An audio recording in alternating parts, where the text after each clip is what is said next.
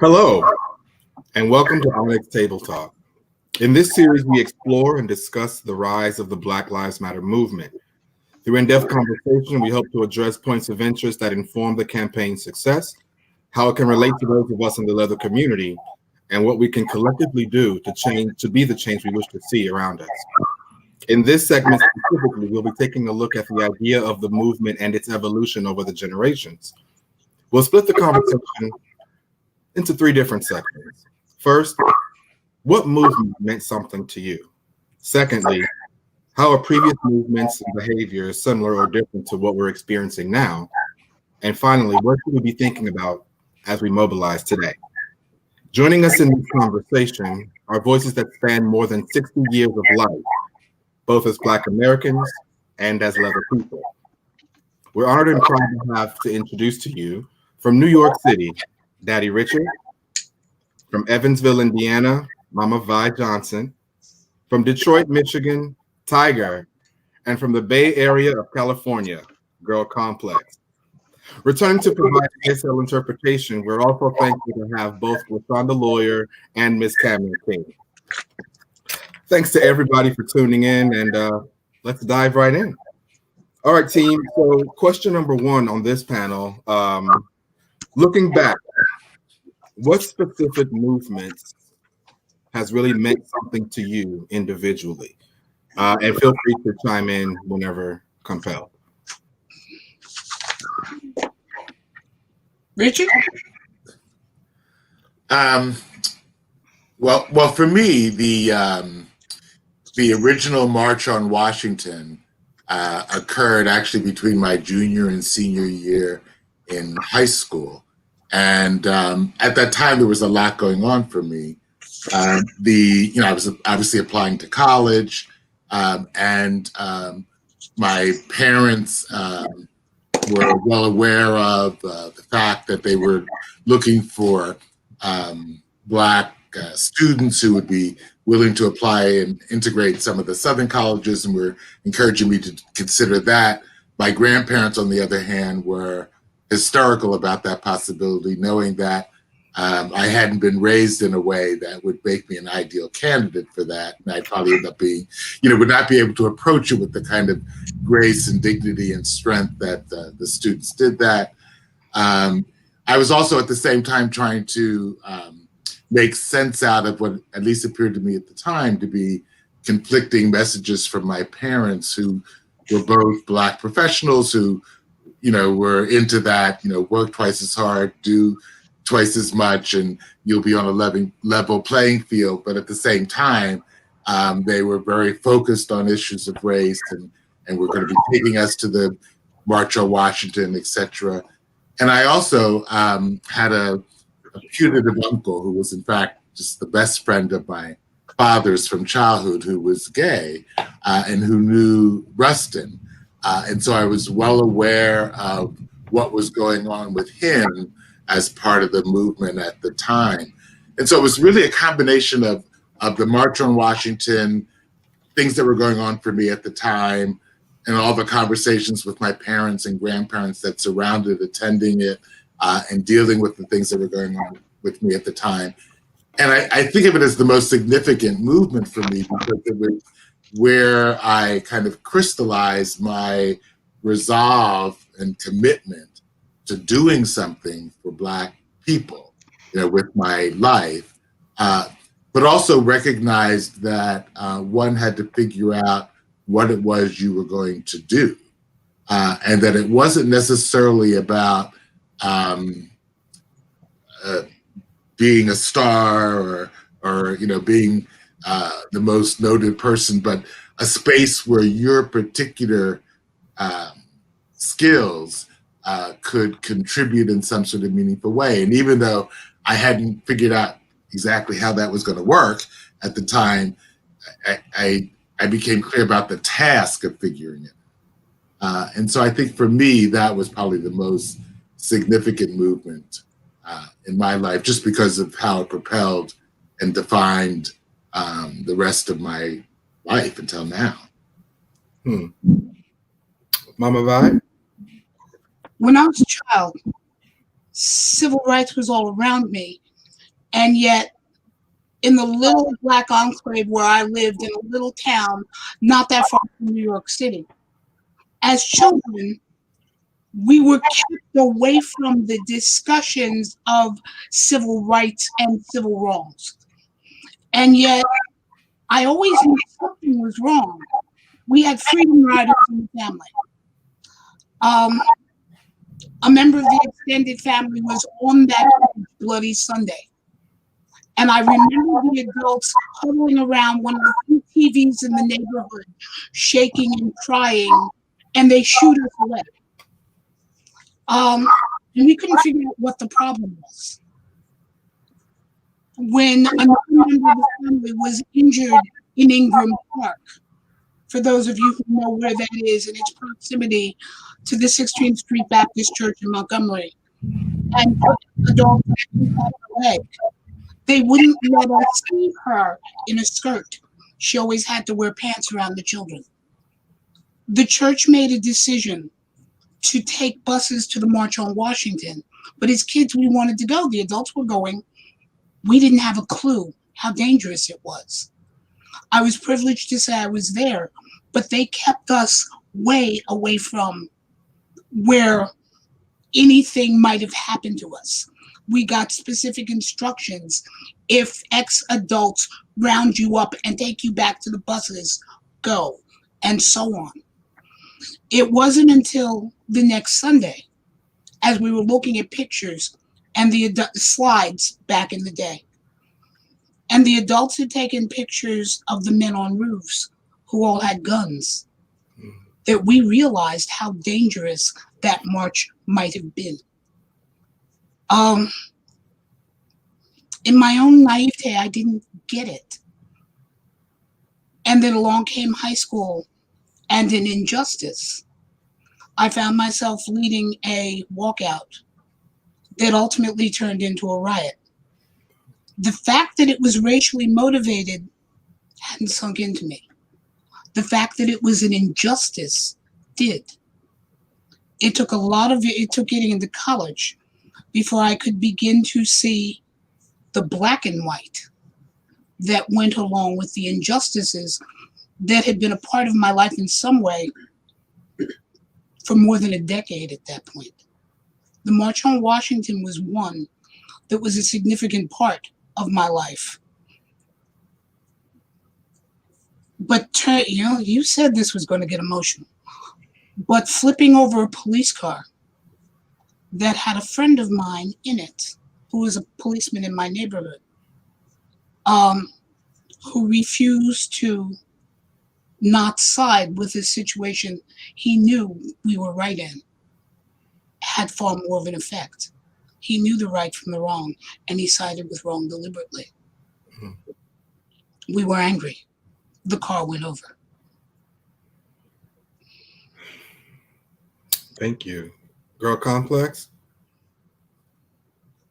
There hasn't been a lot of exciting movements, I think, in my time. Just like, we went for Black Lives is the hottest thing, but the one that inspired me the most would be the one that gave rise to Black identity extremists, aka the Black Panther Party. Anything that has to do with Black militancy and Black, whatever you call that, that is what has inspired me the most. They were long gone when I came around. I tell the story often. I don't know. I think something came on the news and I was at home. I'm from San Diego, so San Diego's hella white. But something came on the news about the Black Panther Party. I can't remember. And I was asking my mother about the Black Panther Party, and my mother had told me they were no longer around. So I went to the library the next day and got books about the Black Panther Party because I was super interested. And at this point, I had wanted to be,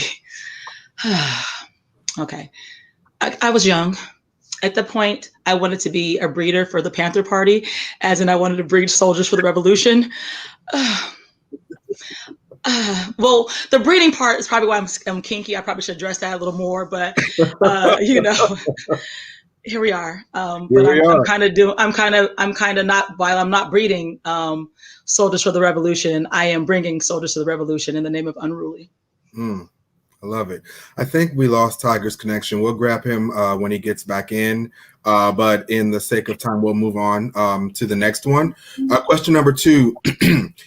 if you were one of those that, among those protesting, you found yourself among that group, what propelled you to join, to get out there? And in making that decision to participate, what, if anything, was at stake for you personally? And anyone can go at any time. I attended. Daddy Richard, go ahead. Go ahead. I had attended I've attended two protests. I attended one downtown Oakland, I believe. I can't remember which that was for. I opted to go because there was a lot of protests happening, and I just didn't really want to sit in my house when it was happening so close to me, because I was able-bodied. I wasn't worried about, I had a mask and everything. So I figured, why not add my voices and my body to the count?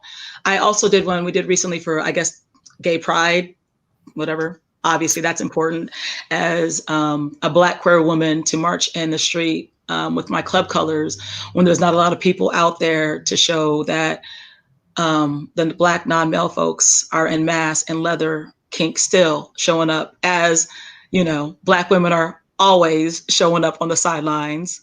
We showed up. I think it's part of, I'm a Black woman. I don't know how not to show up. Hey.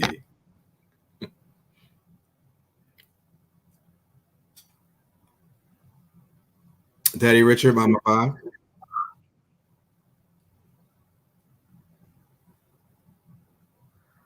You're muted, Vi. There you go. How can we not,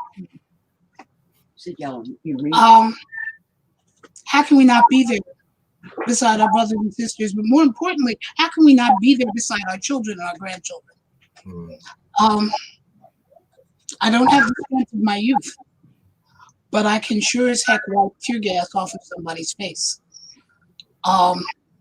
I can hold the water bottles, I can hold the milk bottles, I can hold the sponges. More importantly, I can hold the camera. The truth has to be told of what our kids are doing. The lines that they're drawing in this land, just as we did 30, 40, and 50 years ago.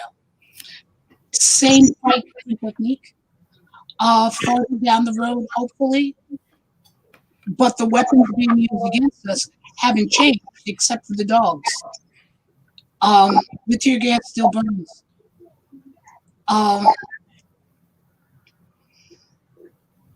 It's still there, and now they're taking our kids out. Grandparents are stood beside their grandchildren, far more so maybe even their parents. It's kind of a grandparent's job.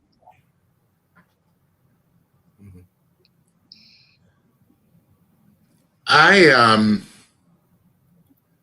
think I always had this sort of sense that protests were life-threatening. I mean, it kind of went there for me. When I was a kid, there were still lynchings, and I used to have an annual trip with one of my grandfathers down south to visit his family. And this started when I was like 3 years old. I mean, he took me by himself down south to visit his family on the train. And it was an annual trip that had been part of my life since childhood that was very special to me, because it was a time just with me and him. And that annual trip got canceled in the 50s because his sister called and said there had been 2 lynchings back to back, and she was afraid to have us come down. And so from early on, I always kind of associated danger. And as Vi mentioned, the rifles on the roof and stuff, when we were at the march. And I was there with my grandparents, my parents, and my sister, and it's really hard not to go there and not to think about what all of that means. So in the sense of what was at stake, that was always a core issue for me. And it's obviously the same now.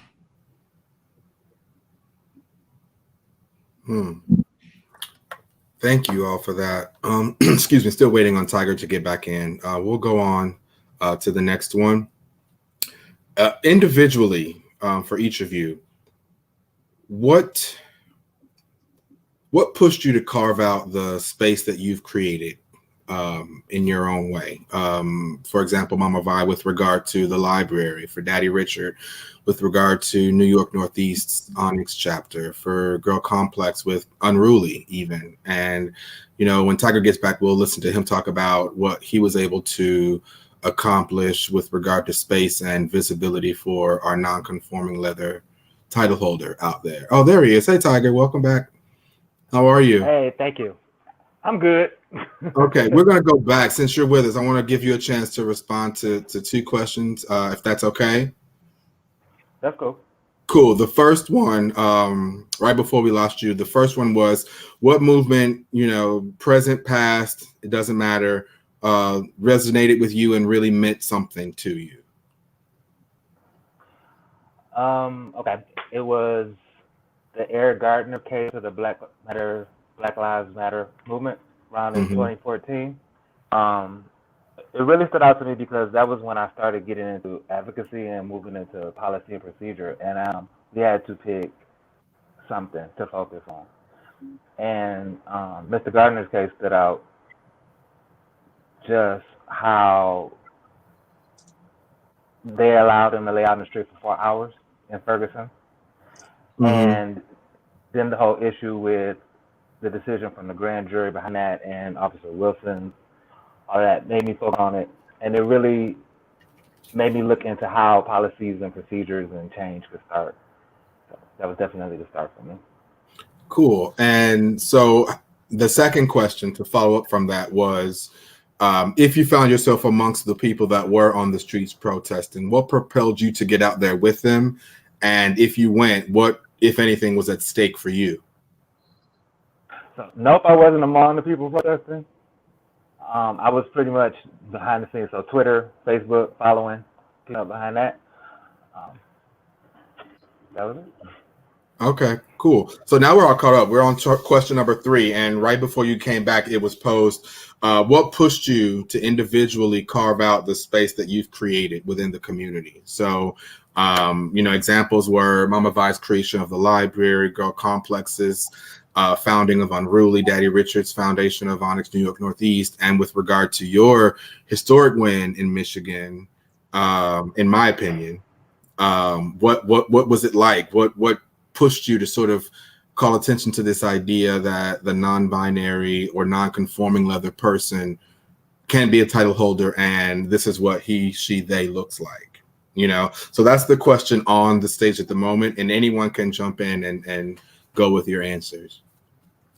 Girl Complex, I want to hear about Unruly. Okay.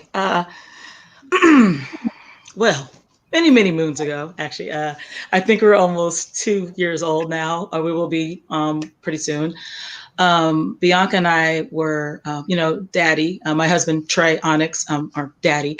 Daddy is the president of ONYX Northwest, and Bianca Spencer and I, you know, the first Black Miss Rubber San Francisco, the very gorgeous Bianca Spencer, FYI. And I were sitting in the club because, you know, we take over bar nights because, you know, we're girls, we take over boy stuff, we don't care, you know. And the boys were in the middle having a good time congregating. And I was sitting there with Bianca. And I looked out at the crowd and I said, Bianca, I bet you I could do something like this, an Onyx type situation without men and without white folks. And right there, the Unruly Social Club was birthed on Folsom in the powerhouse. I gave birth to the baby and Bianca caught it. So that's how Unruly was birthed. So Bianca is co-mama. Like it just happened. I said, oh, I think I'm giving birth, and boom.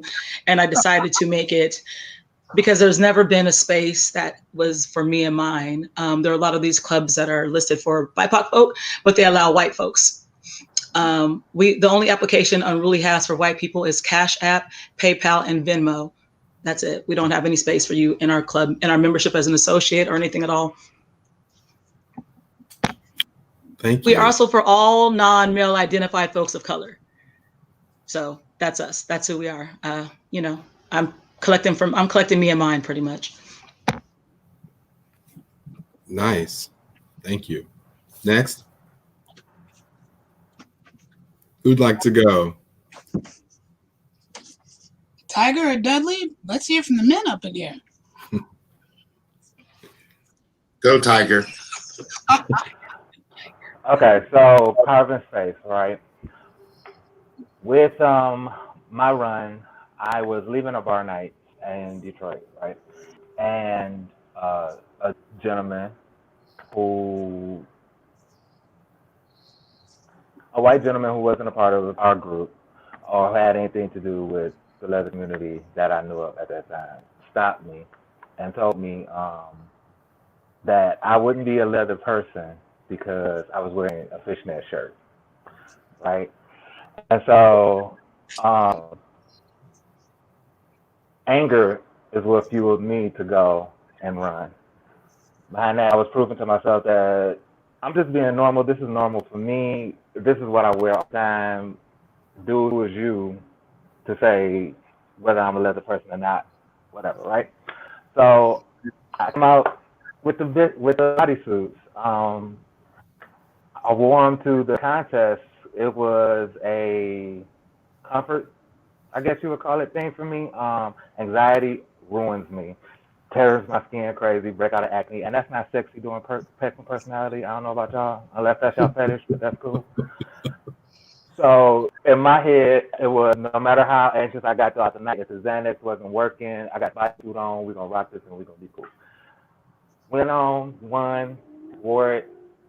The problem came like a month later when I posted it for that picture for Fetish Friday, and this old guard, staunch leather person from here in West Michigan commented on it.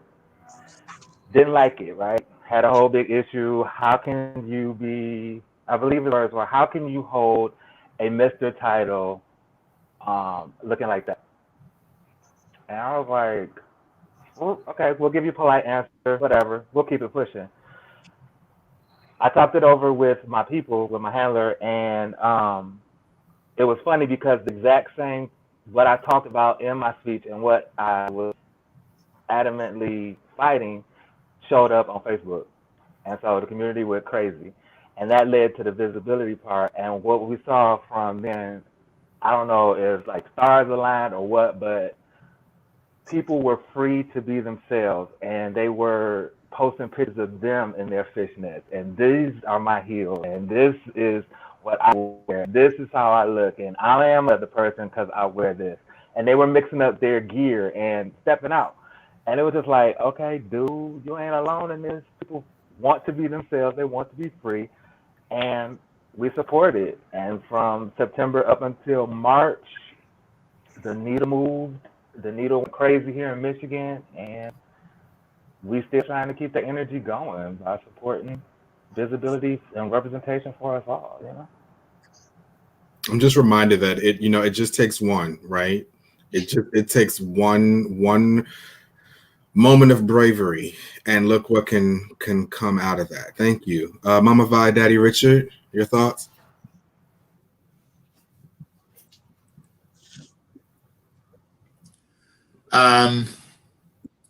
Well, I was first introduced to leather in the mid-'60s, so I was still a teenager with my first introduction to it. And that was at a time when leather and non-leather bars and establishments were still quite segregated, at least not particularly welcoming to Black people.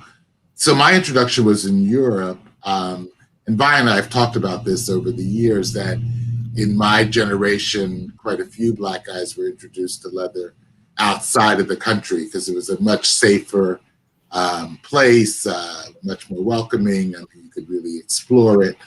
And so this sort of issue of a safe space for Black men in particular has always been something that has been important to me, born out of my own experience. And so that when ONYX was first founded, I was involved with ONYX right from the very beginning. I had done my residency in Chicago, so I actually knew some of the guys from the very beginning, and then so became involved as an associate, even though I was living in New York by then. And when the opportunity to start a local chapter came up, it was just the natural thing to do.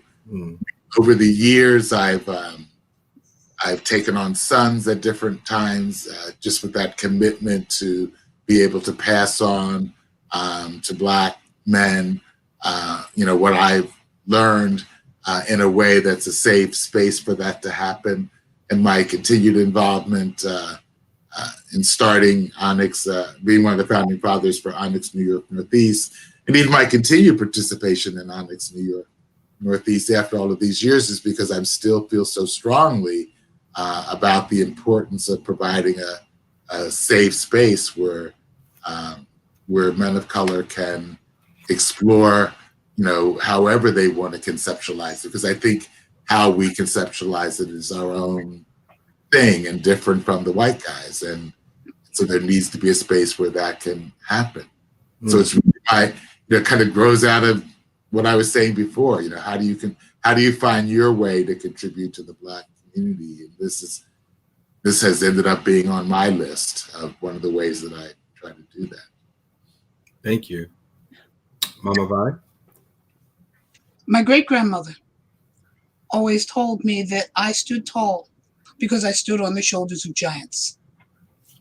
Family history and Black history were so much a part of my upbringing that I thought everybody knew it. Never dawned on me that most of my 5th grade history class didn't know that the first guy that died in the revolution was Black. But as I got older and went from one family to another, as Jill and I went exploring, who were the giants whose shoulders I stood on in this new family? So I went exploring. I was privileged to meet a lot of them because Jill and I came out into leather at a time when the first out generation was just forming. So those giants were friends. And I found myself keeping their stories, keeping the notes, holding on to the books kind of tightly because they were my historical references. But as we moved around and began talking to the next generation of Kingsters, they were the ones who dove into our old treasures. And they made us realize that the old stuff that we had either saved for our own reference or just hadn't bothered to get rid of yet was actually their history. And they went diving into boxes of books, magazines, photographs, like Piranha, who had never fed before. And they devoured everything in the boxes and anything that I could bring back from a contest. And it got to the point where I wasn't picking up one program from an event. I was picking up every program that got left on the table. I wasn't buying one leather journal. I was buying 5 or 6. And either mailing them back or throwing them into the trunk of my car and driving them back. Anything and everything that I could bring back to the Kinklings and to my club brothers was coming back with me. And it grew.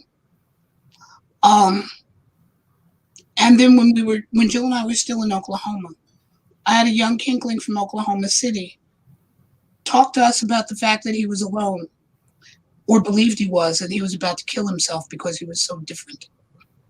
Until he found that little group in Oklahoma City because of something Jill and I had said. He learned who he was, and that who he was had a very, very long history, and a history to be proud of. And as my husband and I talked, I wondered how many of our next gens were ashamed of who they were because they didn't know what was behind them that got them there. They didn't know who the giants were that looked over their shoulder, who the leather angels were who protected them. And as, again, thinking back to family, Grandma had always said that the rod up your spine is your history. And that as long as you remember who you are, the bully can hurt your body, but not harm your soul. So it became time to teach young leather folk. And I didn't make a distinction amongst genderqueer. You were leather, I had something to show you naked. Let me show you who your grandparents were, your great-grandparents. Let me show you who walked before you, so that you can stand up and be tall in who you are. And it just kept growing and growing and growing. Met a young man who had a book burning in front of his store because the Christian right was trying to freak out his clients and send them back into the curbs and corners. I convinced him that he didn't need to run because there were thousands who would rally around him. And when I finished screaming after the conversation, I swore that day, nobody gets to burn my kid's history, ever, not while I'm on watch. And that became the library.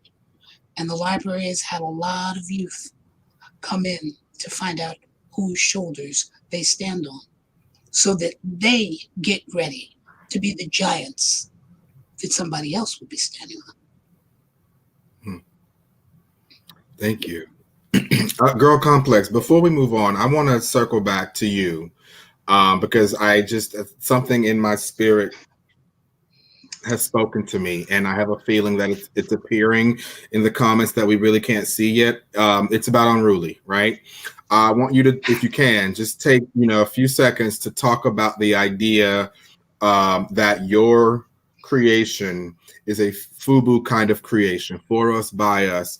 Specifically when you said people of color only, and with regard to white people, your association is via Cash App, PayPal, yada, yada, yada.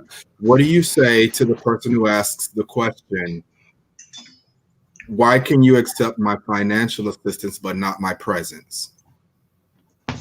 I actually don't want to accept either, but you're hell-bent on giving me one or the other.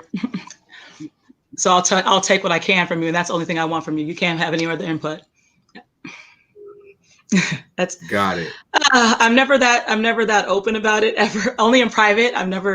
Usually Bianca does all that. So that's just pretty much it. I just have a feeling that that's going to be one of the.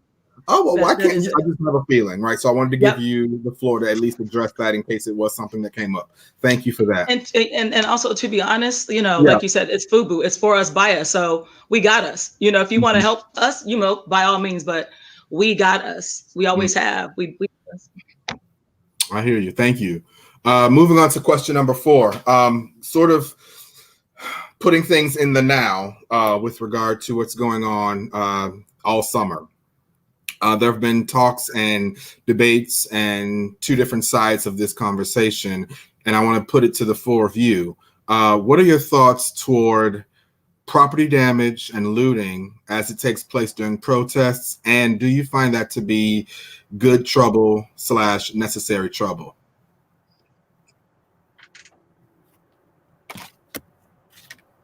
Don't all speak at once. Lynx, I've lived through enough riots to know that at some point in time, the pot is not only going to boil over, at some point the lid is going to hit the ceiling. There are times when that violence is appropriate. Not always, but there are times when it is. Because at some point in time, the only way to get the bully's attention is to hit him dead in the nose. Because the forgiveness, the conversation doesn't always work. You can only have a moral conversation with somebody who has morals. And if the bully doesn't and just won't listen, I'm still going to get your attention. I may have to do it with a 2x4.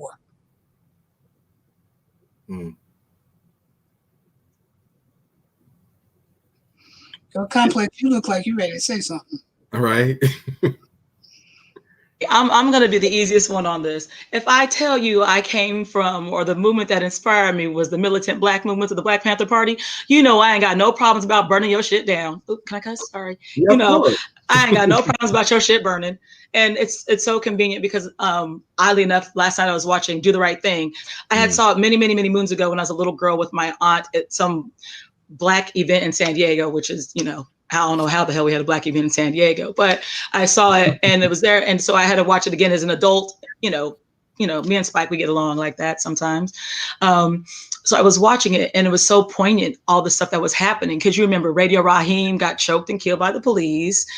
They burned up Sal's spot because Sal had no Black people in a wall. But it's like, also, that's the thing we're saying, like these businesses that take from us and they don't even represent us. You like our music, you like our money, you like everything about us, but you can't even put a little picture on the wall. Like, you listen to all our stuff. And so, and then what Spike Lee said to Sal, he goes, you know, insurance is going to cover this. And that's just at the end of the day. And that building probably wasn't working for me and my folks anyways. All right, let it burn. Oh, well, let it build again. Gentlemen? I agree with everything that's been said. But I also think it's important to look at the truth of the matter. And I was looking at a study on this the other day, and the study was indicating that like 93% of the protests have no violence, no destruction, no nothing, right? Yet it's presented in the media as if that accompanies every protest that occurs. And what was even more interesting in looking at this study, looking at the 7% of protests where there was some sort of incident of violence or destruction, the overwhelming majority of those incidences were initiated either by the police or by these kind of white supremacist militia groups. And so it leaves a very small percentage where any sort of destruction was at the hands of or initiated by protesters.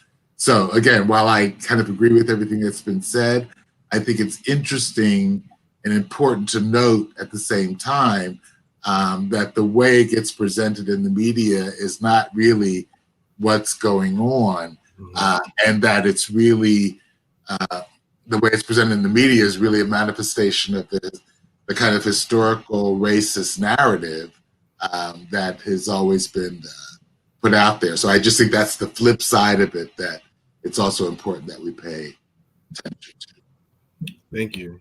Tiger?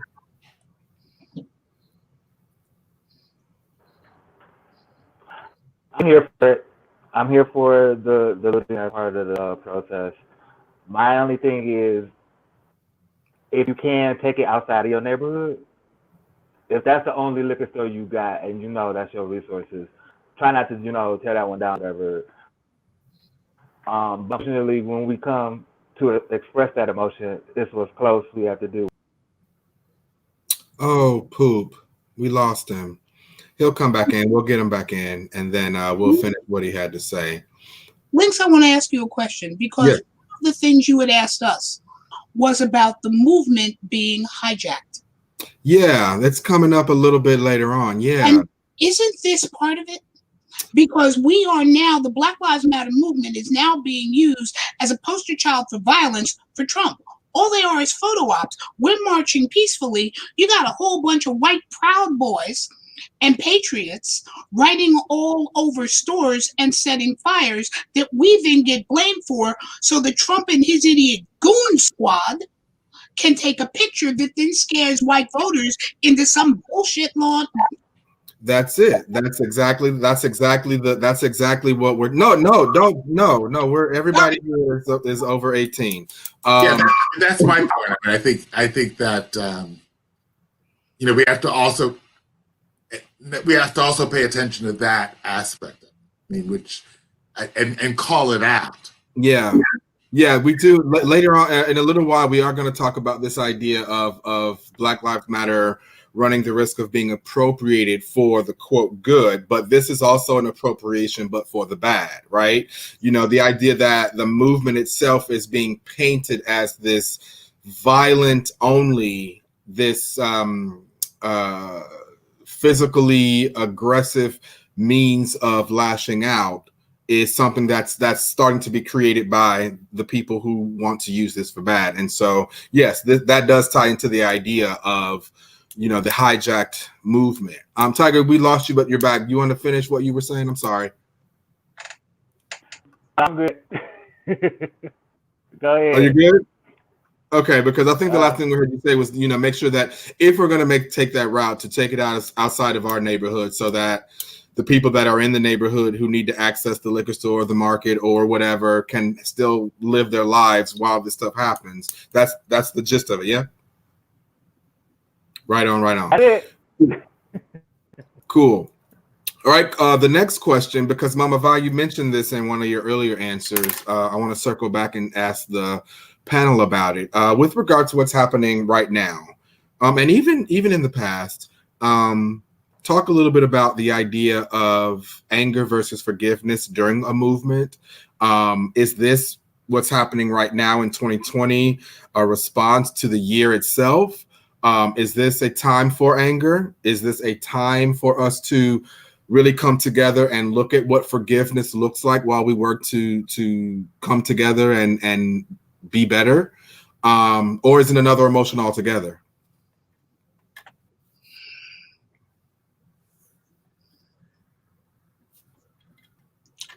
My answer to that is not necessarily pretty. So I'm dancing out of this one for a minute and turning it over to my big brother.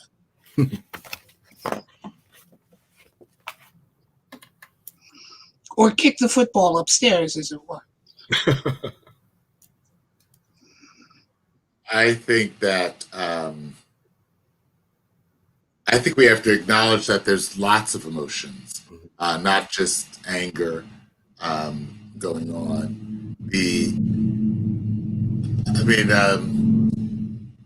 And this in part grows out of just kind of what I do, right? I mean, what my work is. But I think that we have to acknowledge that it's frightening, and that fear is a real emotion. I think that we as Black people have been impacted by kind of multi-generational terror and fear, and that's impacted on us in a myriad of ways. And I mean, how could you not be experiencing what's going on now without fear as one of those emotions? I think frustration, just with regard to the continued lack of humanity given to Black people, is a very important that's going on at the same time. For many of us, there's just fatigue because you've been struggling with some of this for so long, and it's energizing to see younger people picking up, the mantle as well. But anger is certainly a part of it. There's a little piece of me that continues to be hopeful.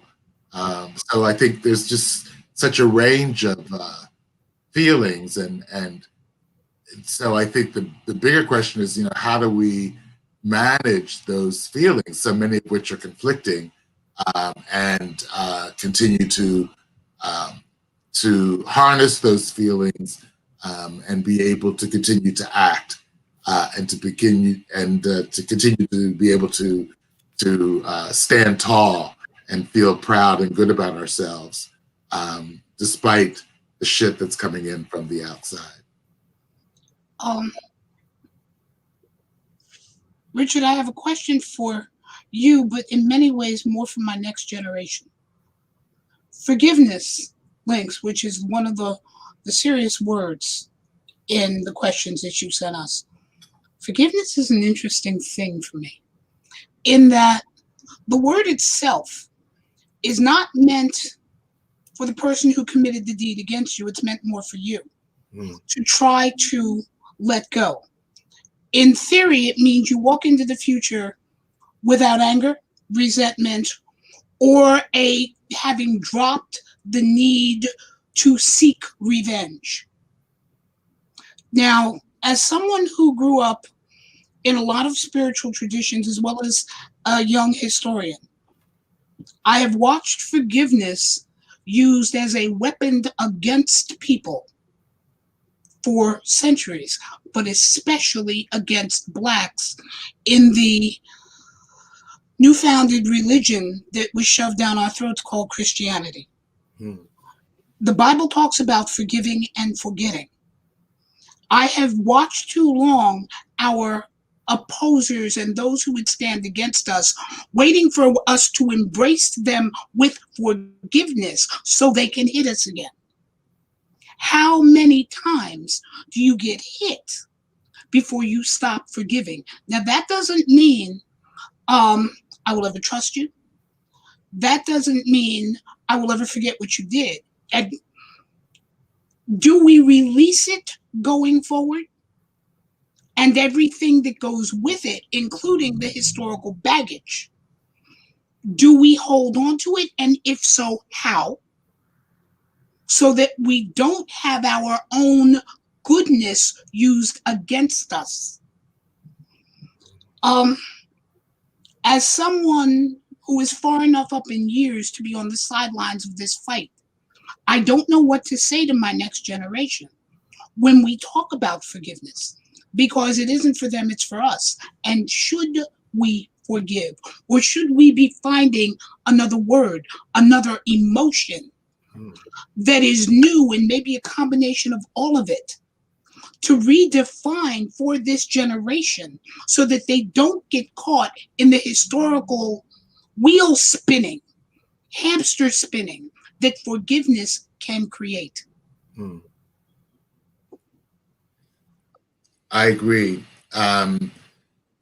You notice I didn't include forgiveness in my list of all the emotions that were going. I really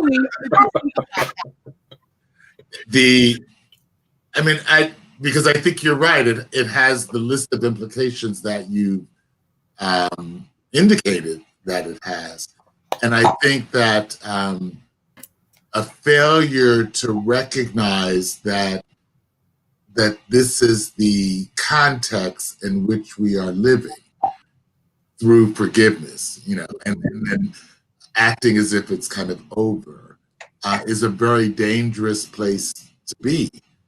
It's dangerous emotionally, it's dangerous physically. It's just dangerous in every way to kind of act that that's not there.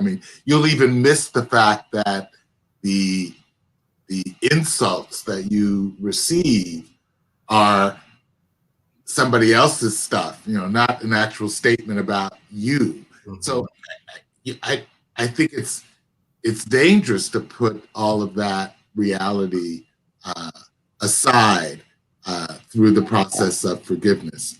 Now, I think that on the other hand, what can be done is obtain clarity about what is in fact going on, and obtain clarity about what it does or does not say about you as a human being in some central sort of way. And that's what allows you to continue to proceed. And I think that that's important, because one of the things that we don't talk about enough as we talk about the microaggressions or insults of racism to our sense of self, we don't talk enough about the energy that consumes to manage it. That the energy that we could be using to do so many things is consumed by simply bouncing off white people and the stuff that they're doing. And so that remaining clear about all of that and your choice, and remaining clear about the fact that you have a choice to decide whether you're going to respond or not respond, because you know so clearly what it is, to me becomes the best survival strategy, and the best way to manage and direct the limited amount of energy that any one of us has in areas that are most important and most helpful.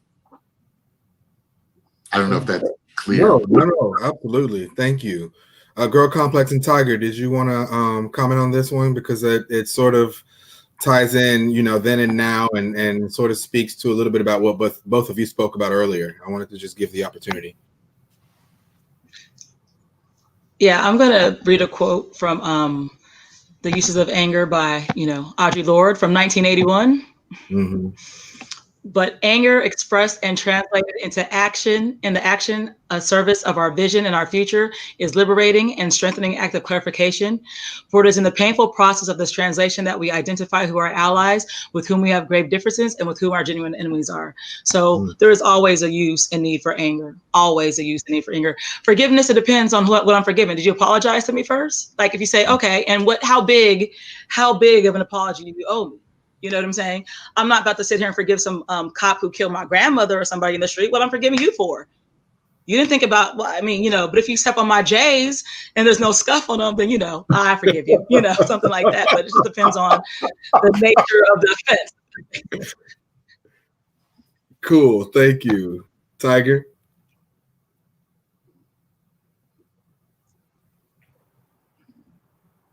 So, yeah, I'm on with them.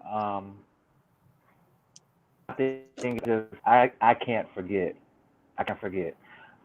Mm-hmm. Some way, somehow along the way, I'm going to think of this is a pattern, and I'm going to see this pattern, and I notice that it's come back, and it's going to cause me to react in a way that I don't get thrown back into this trick bag again. So I can't forget. Yeah, I can forgive you, and yeah, I can use my anger to add to my action so that I can get the change going. But I'm always going to remember. Yeah. And I think the idea that we can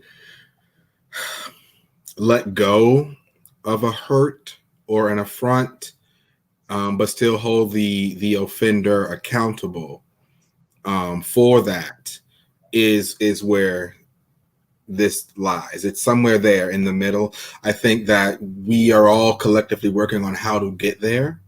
And I don't know when or why or how that will happen, but I think that that's the goal of this coming together idea, right? You've wronged me for 400 plus years, me and us and them for this amount of time, but I see strides in your attempt to course correct that. So I can't just stay mad because you are trying, right? Some of you are trying.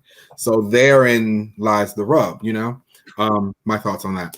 This next question will be our last one before our break. We'll take a break after the panel goes on this one, 10 minutes.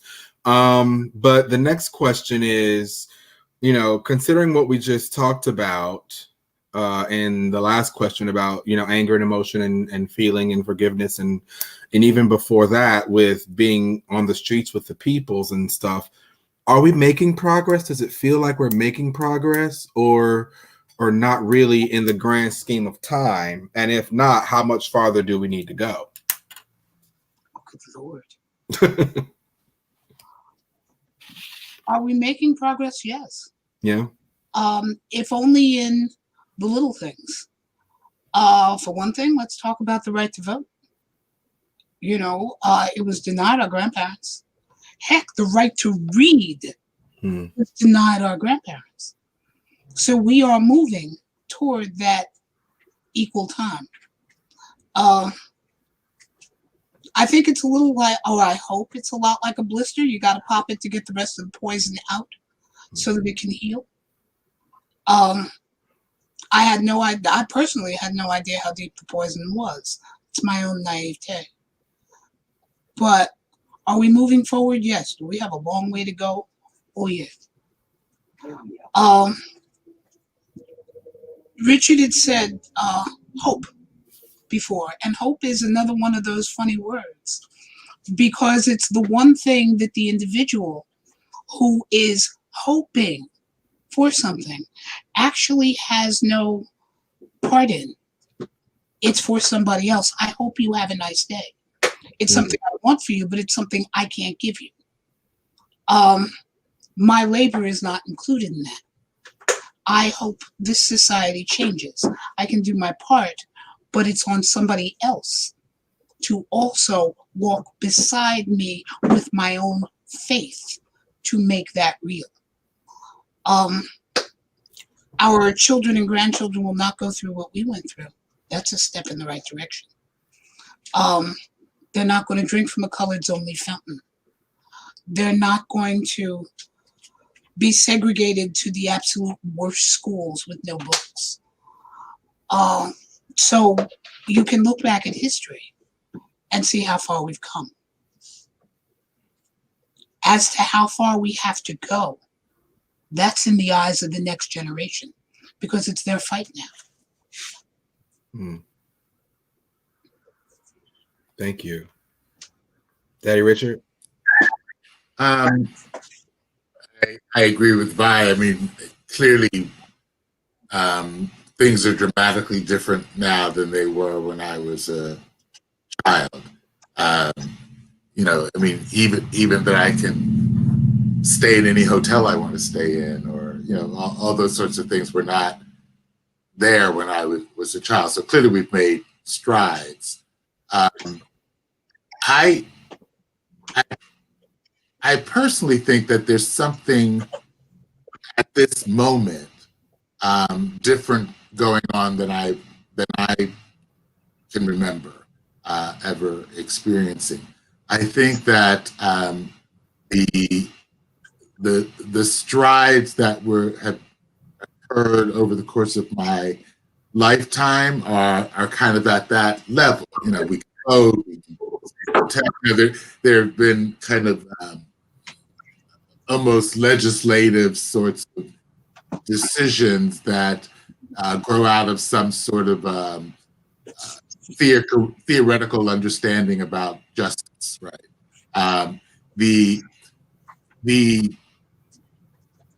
The Floyd tape to me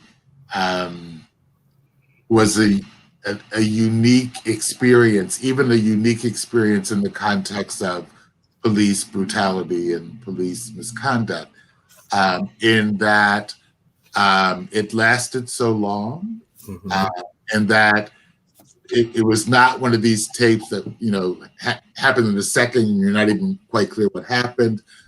It couldn't be misinterpreted as he was beating up the police and they had no option but to defend themselves. But most significantly for me was that it's the first tape that I remember that you could actually look at the face of the police officer as he was killing Floyd. Yes.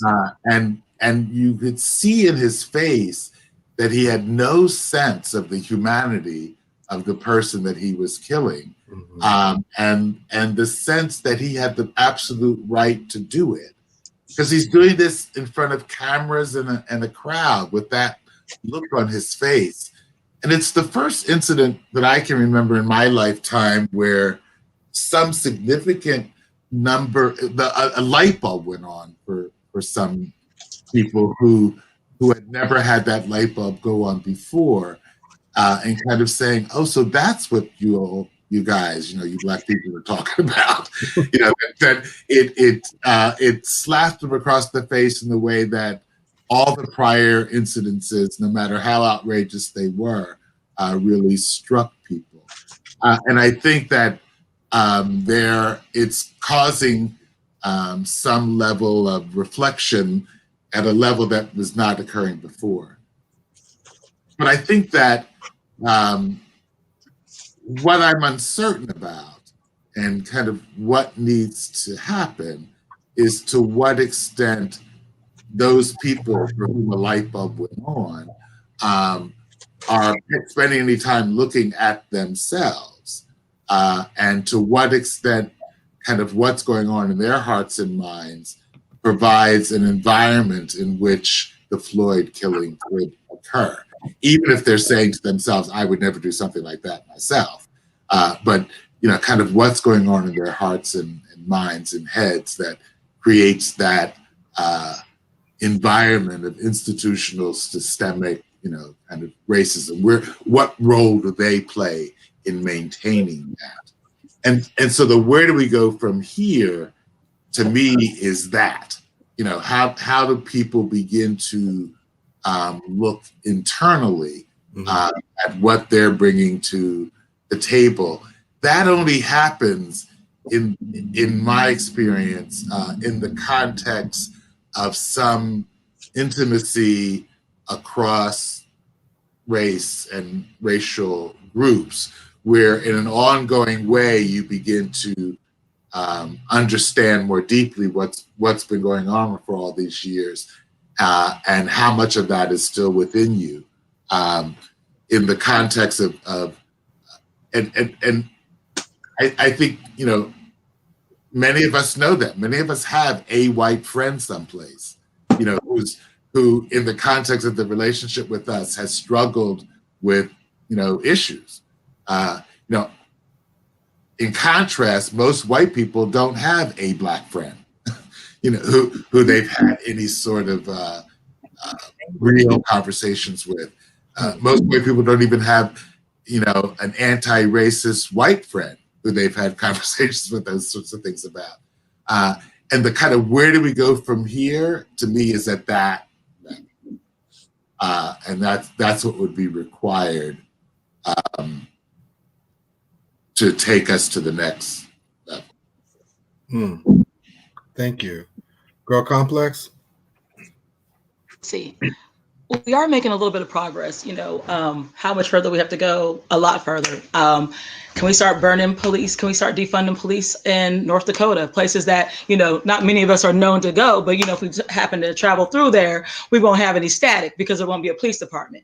Start burning down police departments in places where you think we are not located, and taking action in those places where we're not, you know, overly populated. Then that'd be more progressive. But right now, you know, you got Minnesota on fire. That was a shock. You only gave us Prince and Jimmy Jam and Terry Lewis, you know, but here you are, turn to shit up. So I appreciate that, but it looks more. Wait till the whole states are defunded. All the states are defunded. Make sure it's all burning. You know, that'd be progressive. Tiger?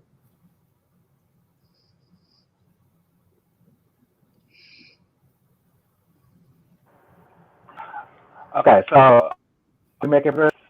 Yes, we've made some progress, right? Some progress, and it depends on what areas that we are looking in, right? Because when it comes to Black Lives Matter, right, I still have siblings who are being killed and not understood, and the conversations are not really being had in that area, and there's no understanding in that area, and what progress was made around that has stopped or paused, right? So until we see movement across the board, across all of the areas, and across all of the issues that relate to our Black Lives Matter, it's slow, and we still have a long way to go.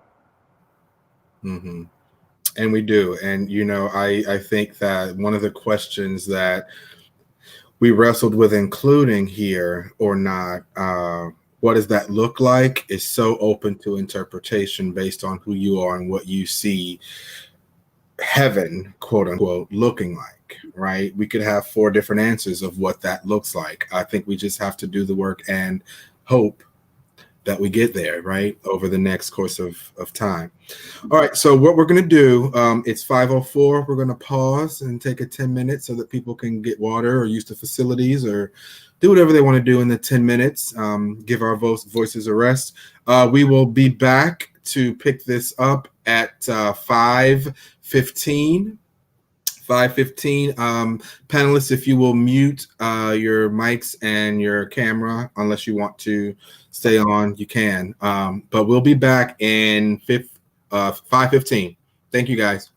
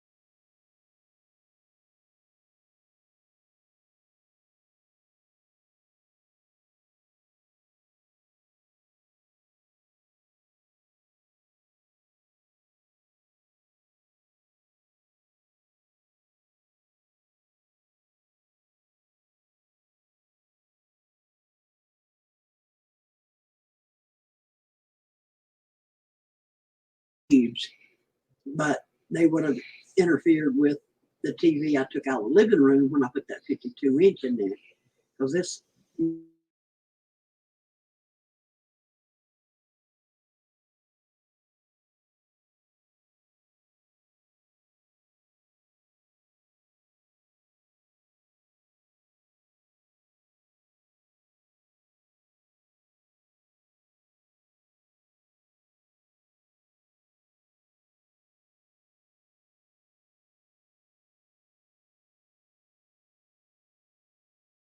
the picture in reverse on the mirror. You know, because that's still a whole lot of TV, Gwen. Okay, we are live. But we got that little 2-bedroom house and we got 4 TVs in it. One in the office. We are live. Okay, welcome back. Welcome back. Welcome back. We're gonna pick up where we left off. Hope you guys enjoyed your 10-minute. It went quickly as they usually do. But jumping right back in, we talked a little bit about this in the last question, so this will sort of bridge us into the next one. The Black Lives Matter movement itself. In your opinions, does this movement run the risk of being appropriated, and how do we keep that from happening? Now, let me explain what I mean by appropriated. Black Lives Matter, the movement itself, is an organization and a movement where all people are welcome to participate and donate and march and print T-shirts and lobby and all these things to create change. A lot of times in the past, where we have seen something happen and a group of Black people get together to do the work to create some sort of change and accept the help and or financial resources of white people, over time, that thing becomes theirs because they have the money, they have the representation in Congress, they have all the things and the stuffs. So they will take it, you know, sure, we'll support this thing, but we're going to change it to make it, quote, better. In other words, make it our own. And then we've lost it because we, you know, they have the coin purse. Is that something that we think can happen to this movement? And if it is, what can we do as people of color to keep that from happening? Girl Complex looks like she's jumping at the bit on this. Yes, I want to hear it. Look, I don't have any solutions, but as far as co-opting, the reason why Unruly doesn't allow white people in our club is we have no reason to be co-opted. Anytime white people have any chance to get any bit of a foothold in an organization that involves Black people, a centimeter, it's co-opted and changed. Look what happened to the Me Too movement. Alyssa Milano decided she wasn't going to support it because your girl had a conversation with Farrakhan or whatever. You know, Farrakhan and Black folks, hella complicated as it is. Complicated, but you know, Farrakhan trash, but Farrakhan loves Black folks, but he trash. But you know, that's a thing, you know, it's a complicated thing. He's trash. But Farrakhan loves Black folk. And so I think as long as white people are allowed to have any involvement in it, like after, you know, on the streets or whatever, it's going to be co-opted, which kind of runs the piggybacking off Mama Bai's answer or thing she said earlier. Down here in Oakland, you know, they were always talking about the protests and looting. I had a coworker that used to work, a little white boy. He told me that he came out to Oakland specifically with a hammer in his backpack because he was intentionally going to break into buildings and loot. He wasn't coming to protest. So that, you know, was just a sure up what Mama Bai said, that the white folks is coming out here just because they think it's a problem. We're marching peacefully. They come out here to destroy. But as long as white people can somehow get anywhere near anything we're doing, it's going to be co-opted. They can't come in unruly because they ain't going to co-opt nothing over here. And good day. I heard that. Anyone else? You know, Lynx, you and I were talking about this a little bit earlier. I think part of this comes down to the good old-fashioned dollar. And as more and more Black folk with money are stepping up behind their youth to do things behind the scenes, I mean, very few people know how many people Beyonce has bailed out of jail and how many lawyers she has paid to protect them and take their cases on. That is so much a part of the behind the scenes to keep us from becoming the tool of might and money, which is what this comes down to. But as the generations are changing, the might and money is becoming ours. Mm-hmm. And the lobbying groups that stand behind us are now becoming ours. And that's got to keep happening. Those of us with the money, and money is power, like Oprah stepping up to put billboards all around regarding Breonna Taylor. That's putting your money where your people are. That's making a statement with your money so that you can do this. That's what we need our upper middle class to do. That's what we need our lobbyists to do. That's what we need those who have it to use to make sure that we all get here together. Mm-hmm. Tiger? It has to stay personal. It has to mean something to us in order for us to it being appropriated. It already has been appropriated, right? Look at commercials. Yeah. So I'm buying this T-shirt, but if I'm not living and I'm not representing what the T-shirt means, it's just a T-shirt. You know what I'm saying? So, right, we putting our money where our mouth is. But for those of us who don't have the money, then we have to walk the walk. We got to show the action. We got to go out here. We got to represent and protect our neighborhoods. We got to go here and represent and protect our people. You know what I'm saying? Big case, the Black Panther Party. They had the breakfast program. They had a whole lot of initiatives set up because they cared about their people. It wasn't just about, oh, we're going to run here in the Capitol with the guns and we're going to represent like this. We got to put back into our community. So we got to keep it personal.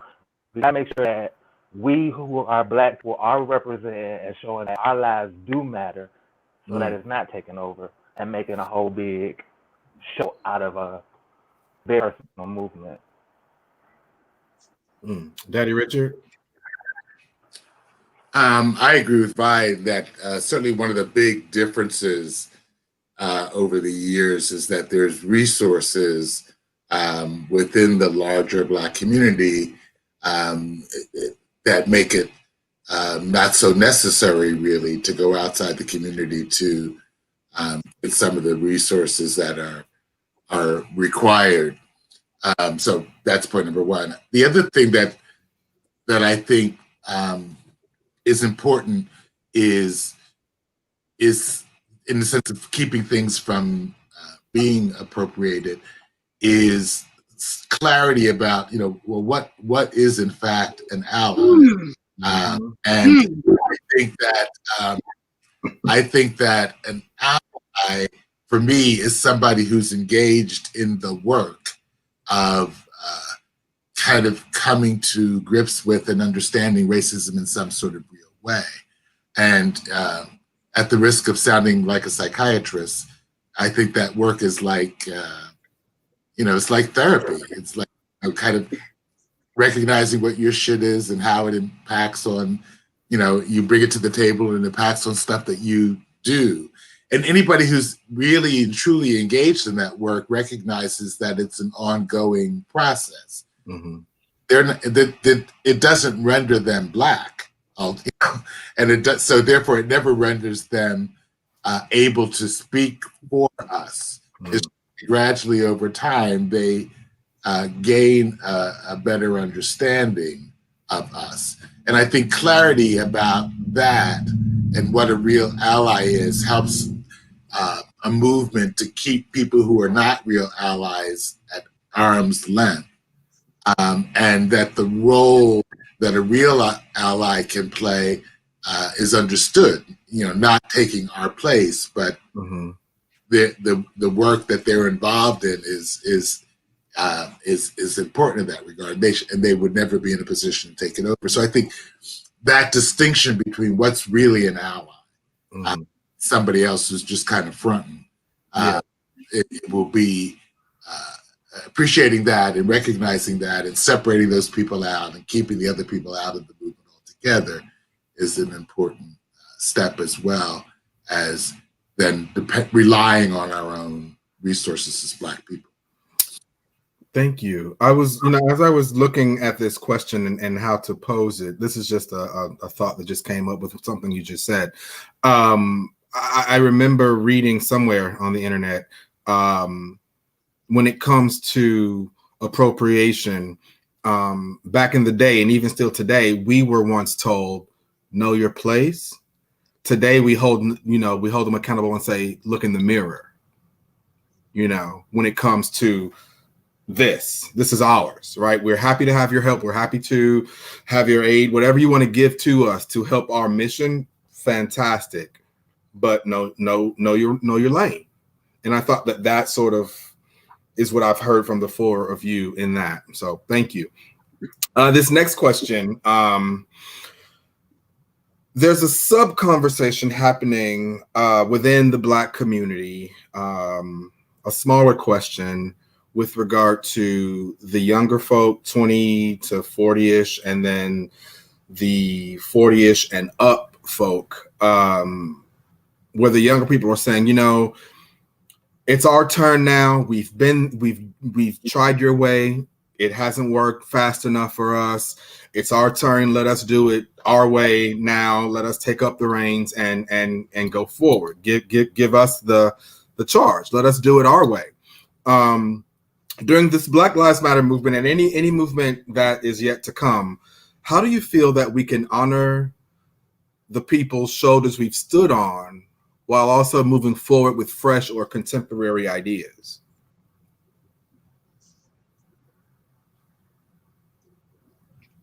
For me, that's a call, in that we elders, for lack of a better way of putting it, old folk, need not just the direction and the energy, but also the vision of our next generation.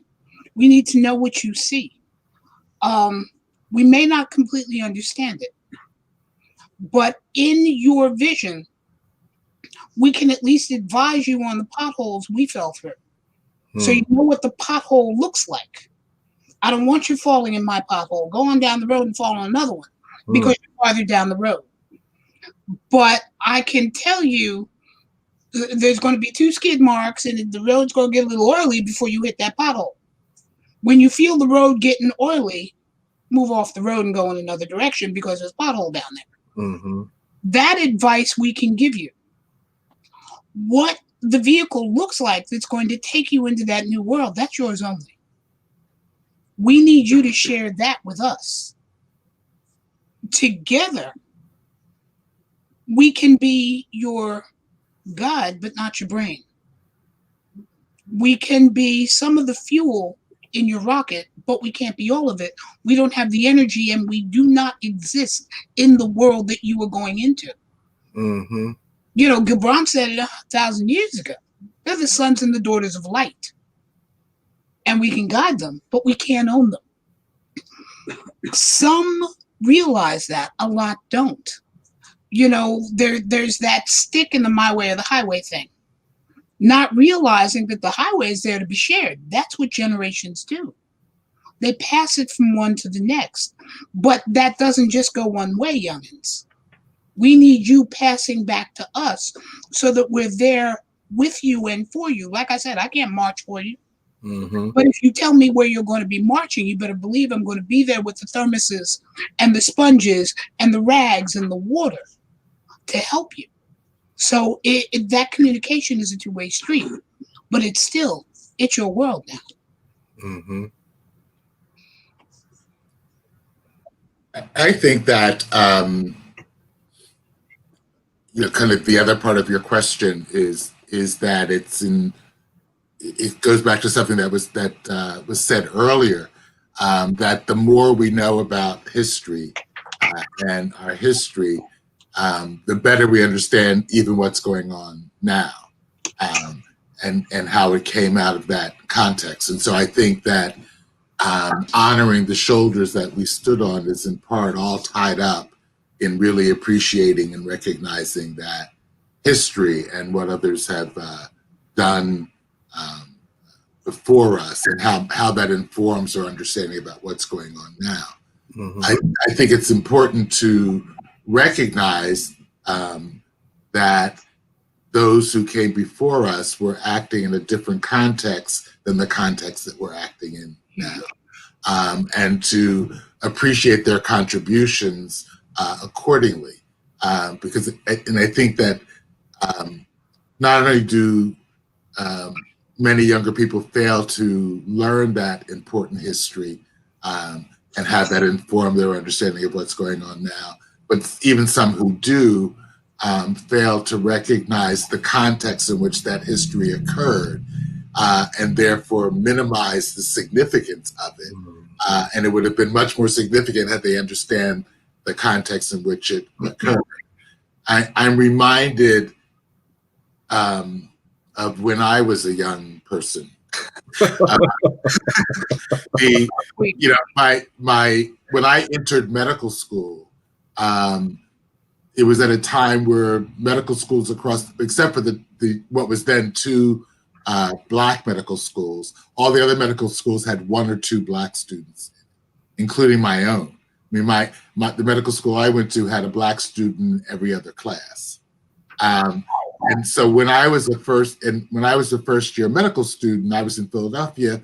There were 5 medical schools in Philadelphia, and you could get all the Black medical students into a medical student's apartment to meet. There was that few, but we in a city like Philadelphia that had such a large Black population, that was totally disgusting.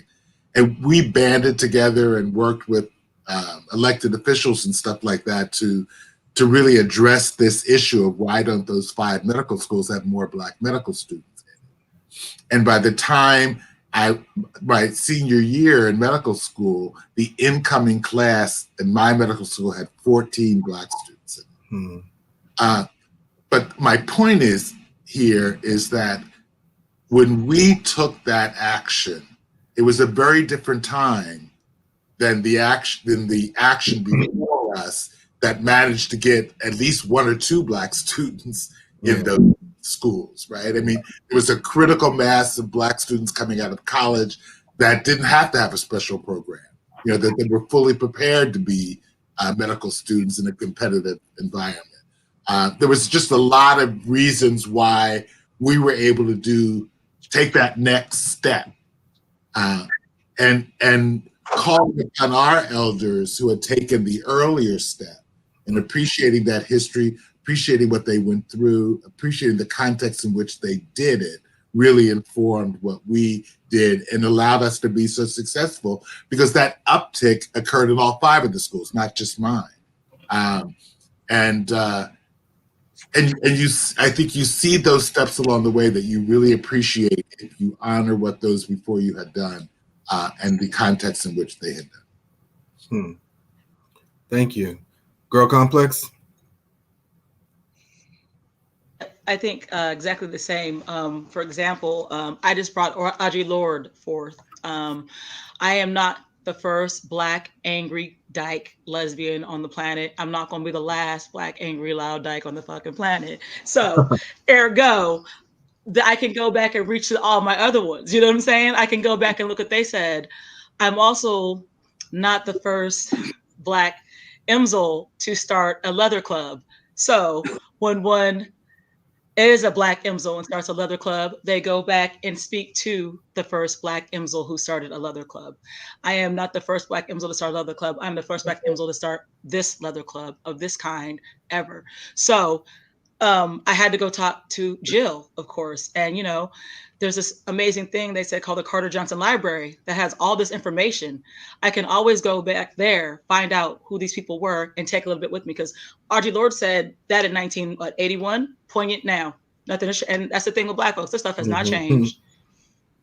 So I'll just take that and bring it forward and say, hey, and I'm doing this group like the Cohambia River Collective. We're just a whole bunch of non-male identified Black folks. And, we did it differently. We did it like the Black Panther Party, but no men, because that was our biggest pothole, men. So we removed them from our club. Nice one. Okay, I got that. Thank you. Tiger?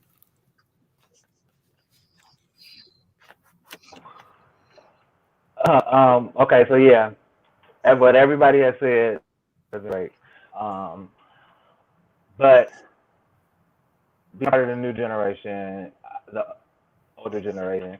I feel that you guys should understand we are taking what y'all giving to us, but we are flipping it, right? And we are paying attention to what's happening now. And yeah, we're reaching out. We are asking for, some of us, sorry, are asking for assistance, asking for help to figure out how to move forward. But we've taken what y'all given us. Y'all showed us how to protest. Y'all showed us how to speak up for ourselves. Y'all showed us how to represent, right? Now, there are some people who know how the other side of that. Y'all told us get out there and vote. Okay, bet we voting. So now we didn't put these people in the office. Now what do we do? So we're still looking to y'all to tell us what's the next point, what's the next part, right? Also, we are saying back, hey, we need y'all to look at it like this, and you need to hear us from this side too. Some people That's don't it. want to hear, some people are not open and willing, and some people are closed. It needs to be done this way. So to keep it fresh and to keep it moving forward, we have to mesh the two. When I say by any means necessary, I literally mean by any means necessary, not just be it violent, not just be it non-violent. If I need to pull a loophole or whatever, I gotta look to you. Help me to get to it. I'm doing it any, that'll keep us moving forward or keeping it fresh. Cool. Thank you. I just want to Oh yeah. reiterate something that Vi said, which I mean, I think that I think you also honor, your elders by sharing stuff back to them. It's not. I think the feedback loop is results in even better information coming from your elders. I mean, that the younger people kind of share what they're thinking with us and stimulate us, and and therefore we're able to be even more helpful. So I don't think the honoring is a one-way thing, right? I think that each generation has to honor each other to really get maximum benefit of what everybody's bringing to the table. I mean, I had a fantasy since I was young about being old and having young people sitting at my feet, but at some point, as I actually became wiser, that it has to be more than that, right? They have to be like talking to me and telling me stuff. It's not going to be working. It's not just a one-way thing. Yeah. Mm-hmm. Cool. Thank you. So John Lewis, the late John Lewis, once said, "Freedom is not a state; it is an action." We've talked a lot about the movements and our history within civil and social rights, and on the larger scale of the populace of this country. I want to whittle it down a little bit. What can we do specifically in the leather community for us, in our tribe, while everyone's talking about Black Lives Matter and social justice now in communities and organizations around the world? What can we do for us in the leather group of people, which is a subculture of the larger populace?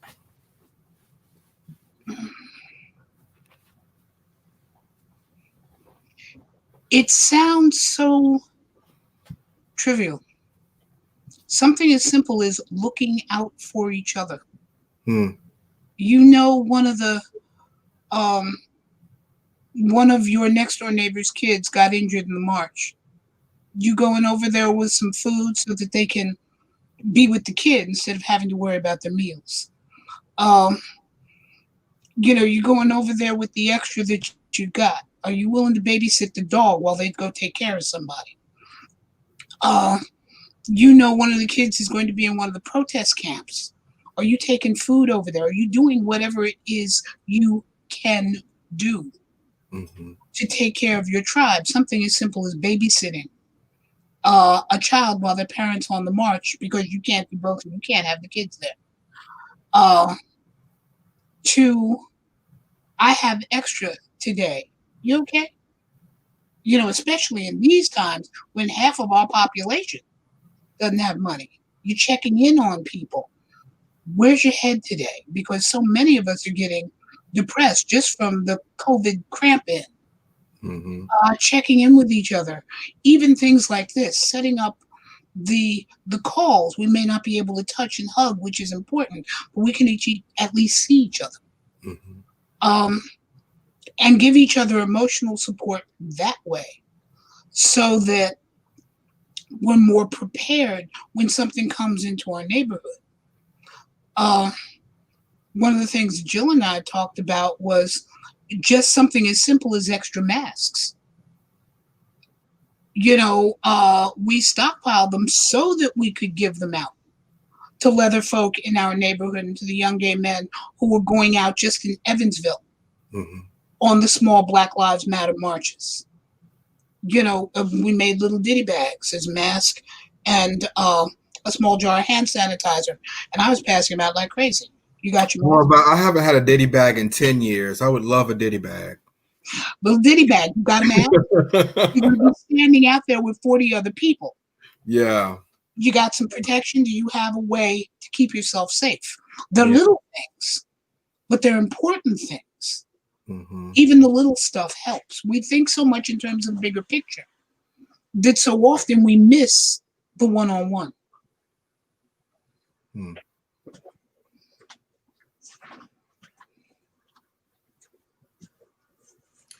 Is stockpiling like that a generational thing? Probably. Yes. Well, no, because I'm a black prepper. Listen, I'm a black prepper. I have a black prepper. When we had that toilet paper scare at the beginning of this thing, baby, listen, I think it depends on the crisis, because we were stockpiled for toilet paper and paper towel once they told us that it was going to go away. Yeah, so no, it's still a thing. It's still a thing. I think that little militant mindset that I have crosses over a little into white militia a little bit. So we know about stockpiling. We got to get ready to get off the land in case they come and get us. A bug out location, a van, covered up. That's how my head, operates and thinks. So we still prepping. Prepping. Cool. Anyone want to before we move on to the last question and spend some time on this one, just touch on this one right now with regard to what we can do within the leather community? Yeah, I was going to say that. You know how he said freedom is not a state, it's an action? Yeah. Before I was a title holder, I used to walk around in these men's spaces like I owned the damn place.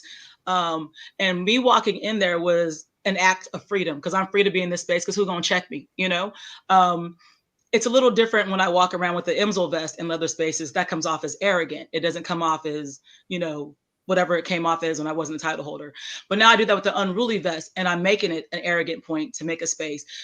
Me walking around with this vest, proud and something that I made as a Black woman, is freedom. And if you see me with this vest and you come in, you could be in here, you could be free too, because I am. Because I'm free, you'll be free too. And that's the action, showing up. Me showing up, being loud, proud, Black, and militant, and making sure other people can come in quiet, loud, Black, and not less militant. But that's my freedom right there. Thank you. Daddy Richard, Tiger, anything? Well, I think there's an assumption that underlies all of this that we haven't actually said, probably we should say, which is to acknowledge that, the history of racism within the leather community, is real, and it's not old. There's remnants of it, to this day, explicitly and implicitly. So I think that the comments assume that, but I just wanted to kind of say that out. Number one, and that number two, that means that there's still important to have spaces like Unruly, to have spaces like Onyx, where Black people can be safe. So I think that that's important. I don't think that means that we shouldn't be challenging the leather community to address this historic racism. I think we need to do that as well. But that doesn't mean that that it's equally as important to take care of ourselves and to make sure that we have a community in which that can occur. Tiger?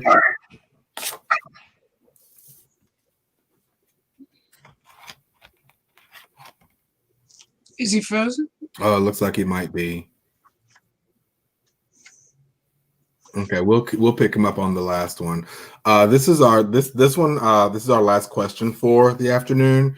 And I invite all four of you to take as much time with it as you need, because I think it's very important. Finish this sentence, and I'll go in this order. I'll go Daddy Richard, Mama Vi, Girl Complex, Tiger. Finish this sentence. When it's over, when the fight ends, I hope, fill in the blank. I think it'd be over when I'm recognized as a full human being. Not, there's two ways that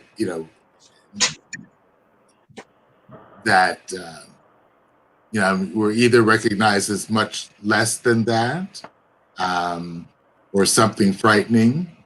In the leather community, we may be recognized the same way. We may be recognized as a fetish.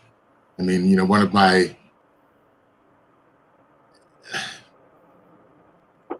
I think when it's over, I'm just recognized as a full human being with all the humanity that everybody else brings. I don't want to be interchangeable with a black dildo. I don't want to be No. I don't want to be frightening. And it's not a matter of whether you're sexually attracted or not. It's just a matter of recognizing your humanity. Mama Vi? When this fight is over, I hope that you have claimed this world and made it your own. That you have redone it in a vision that so exceeds our ability to have a vision, that you've become more than your ancestors' dreams. You've even become more than your ancestors' hopes. You have become something they could never even imagine. When this is over, I hope that Richard's thoughts aren't even an issue, in that humanity, and whether we are a part of it or not, will no longer be an issue. That beyond race and struggle and all of the isms that go with it, when this is over, I hope you have made a world that is so fucking awesome that you will never, ever have descendants who will go through this again. Thank you. Girl Complex? I mean, how am I supposed to follow up with that? I don't know. Shoot your shot. I hope we all have tacos. Look, tacos and weed forever. I don't know. I'm from California. I guess when it's over and when the fight ends, I hope that all the work that we have done to say that we want to protect Black trans women is the love and respect that we get as well. I want it to be that when it's all over, that a Black trans woman could walk into a bathroom in Podunk, North Dakota, and no static. I hope that if she is allowed to walk, we all can walk safely. So I hope it looks like a place where she's allowed to walk wherever she wants with no static. Thank you. Tiger? I hope I can rest.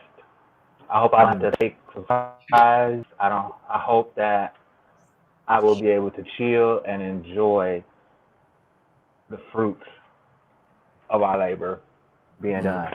I hope I can rest. Amen. Amen. You know, Thank Tiger, you. can I piggyback up that Tiger? So what I was Yes, planning, because please. we all Yes. tired. When prior to COVID, I was working on something because I feel like Black folks is tired. I was working on the biggest summer party we can all just get together and sleep because we all tired. So once it happens, we will have a big giant summer party. We can all just sleep because we hella tired. Yeah, I I'll love bring it. the tacos and weed. Okay, just let me know the date. I'll get my flight. That's awesome. Thank you, guys. Before I have a few thoughts that I want to share, because this is really for the four of you to speak. And I didn't want to insert my thoughts while you were speaking, so I thought I'd just save it for the button. And these are a few things that came across my heart as we were preparing the last few weeks. In an interview with Dr. Lloyd Breath, Mama Vi answered a question directed towards the creation of the library. In part, she said, I quote, "The passion behind the library is to give them the armor. You don't get to burn my kids' history, because ultimately that means you will burn my kids," unquote. And for me, I think that working on this segment has been all about our history and where we're headed. I really believe that we can't go anywhere unless we know where we've come from. And also this summer, we've heard a lot about bridging the gap, with politically speaking, with Joe Biden, bridging the gap between him and Kamala. We've heard this in the community. We've heard this in the country, that the generations, it's shifting. 2020 is a shift. In my opinion, it's really important that the hands of today reach back, open palmed, eager, and ready to receive the wisdom of the people that were here before us. Even if we disagree with what they did or how they did it, we have to be open enough to receive it. And for everybody watching, I invite all of you to write your stories. Put your pen to your paper and memorialize what's happening right now, because our future depends on it. To the audience out there as well, I hope today's conversation inspires you all to explore the value of our past while we work toward our future. With that, I'd like to thank the panel and all four of you. If you want to leave us some information how we can reach you on social media, or your email or your address, we'll send you a pizza. I don't know. I will open the floor. We'll do Daddy Richard, Mama Vi, Tiger, and Girl Complex. If you want to go ahead and leave us some contact information for the people who are watching, if they have questions about what they've heard from you today. Let me pipe in here. You can find me at on Facebook and the Carter Johnson Library Group. The kids have Twitter accounts for me. I can't figure them out half the time. On FetLife, Facebook, my profile is pretty much open to anybody, and that's just Vi Johnson. But hope to see everybody in the library. You can clock in there and leave me a note. If you want to clock in there and leave the library money, that's appreciated. But you can clock in there and leave me a note. And if we've got the information, we'll get back to you. Not to mention the fact that we just opened the Young Scholars Room. So for someone who wants to come to the library and research, we now have a place where you can lay your head, Girl Complex, and come and visit, have your own room, your own kitchen, and access to 2 buildings full of books, magazines, photographs, and history. Without having grandmom standing over you all the time. Tiger, that's a hit. You're even closer. Tell Girl Complex, I'm going to friend her on Facebook. And by the way, as you're giving us your information, is it okay for people to request your Facebook friendships? Sure. Out of means of protocol, they want to know, can they request your friendship online? Yes, indeed. That's what grandmothers are here for. Right on. Daddy Richard, anything? Daddy Richard is technologically challenged. I don't have any of those things. I have an email address. I've managed to learn how to do that. So that's about the only way All right, well, anybody if can anybody contact does me. reach out, I'll forward them to you directly. I'll share that with them. Okay. Rich, I can do it. You can do So, it. Girl Complex, how about you? I can be found. see, Vi's not telling you. She's surrounded by 12-year-olds who can technically help her movies.